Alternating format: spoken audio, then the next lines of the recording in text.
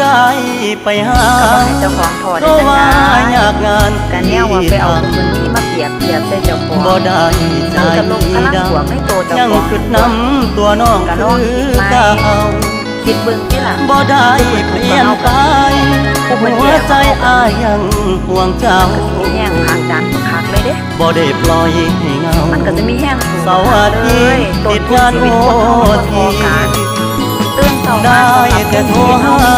เบียกไปหมด น้องคงจะไม่ว่ากัน สู้ๆเด้อ บอกเคยเปลี่ยนพัน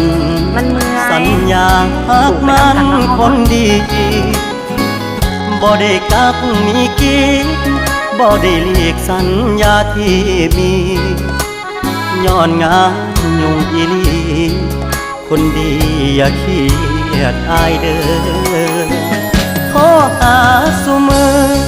เจ้ามาคือน้อยใจเฮ็ดหยังหยุดงานวันวางจะเดินทางเพื่อไปพบเจออย่ามา